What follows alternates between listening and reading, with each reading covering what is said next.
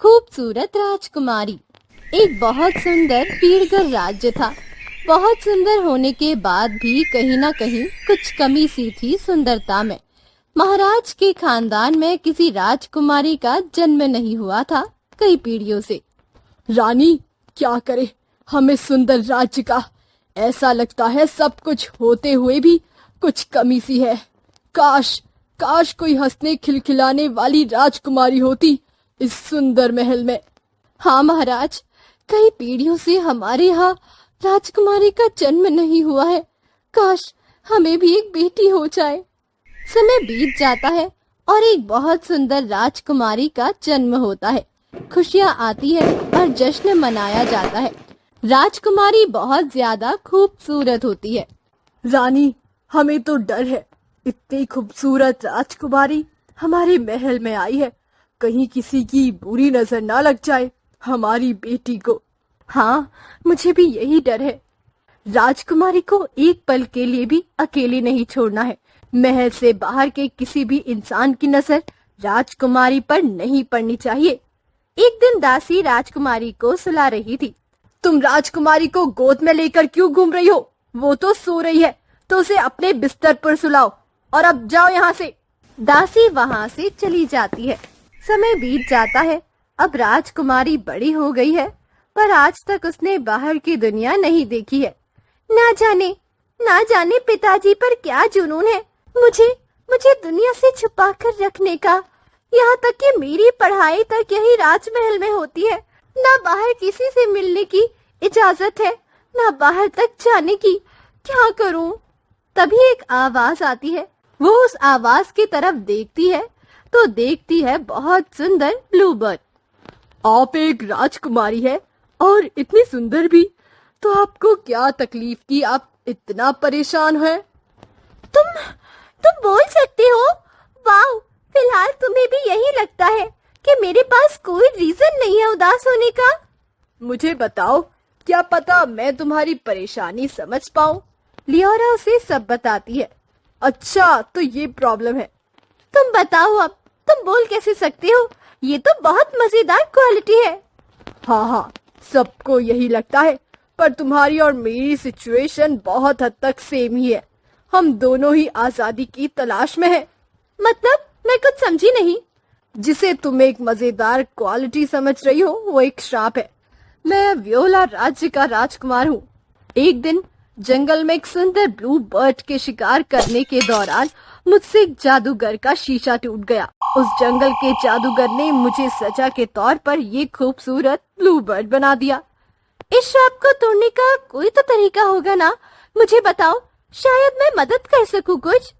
हाँ, एक रास्ता तो है, पर वो नामुमकिन सा ही है। एक ऐसा शीशा जिसमें आगे और पीछे दोनों तरफ से देखा जा सकता है, वो उसके टूटे आईने को पूरा कर सकता है। अगर वो मिल जाए तो मेरा ये श्राप खत्म हो जाएगा। उसी को खोज रहा हूँ मैं। ऐसा शीशा जिसमें आगे और पीछे दोनों तरफ से देखा जा सकता है। ऐसा शीशा तो मेरे पास है। मेरे पिताजी ने मुझे कई तरह के शीशे दिए हैं जिससे मैं खुद को हमेशा देखती रहूं। तुम वो शीशा ले लो और अपना श्राप खत्म करो। क्या तुम सच कह रही हो लियोरा? ये तो बहुत अच्छी बात है।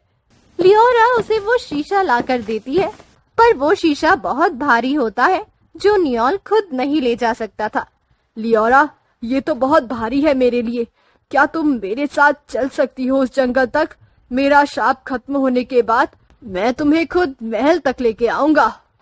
मैं तो कभी इस महल से बाहर नहीं गई हूँ। मैं कैसे जा सकती हूँ? शुरुआत कभी तो करनी है ना। लियोरा थोड़ा सोचती है, फिर नियोल की बात मान लेती है।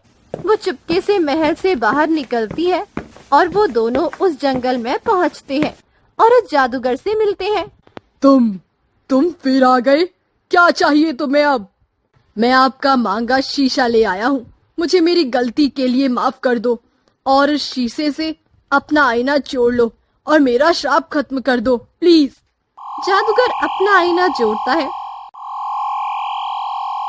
नियोल अपने असल रूप में आ जाता है और आईने में कुछ दिखता है। लियोरा के महल का दृश्य, जहाँ महाराज और महारानी परेशान है। शायद हमने अपनी बेटी पर बहुत पाबंदियां लगा दी थी, जिससे वो हमें छोड़कर, इस महल को छोड़कर चली गई है महारानी। महाराज, शायद यही हुआ है। हमें उसे उसकी जिंदगी जीने से पाबंद नहीं करना चाहिए था।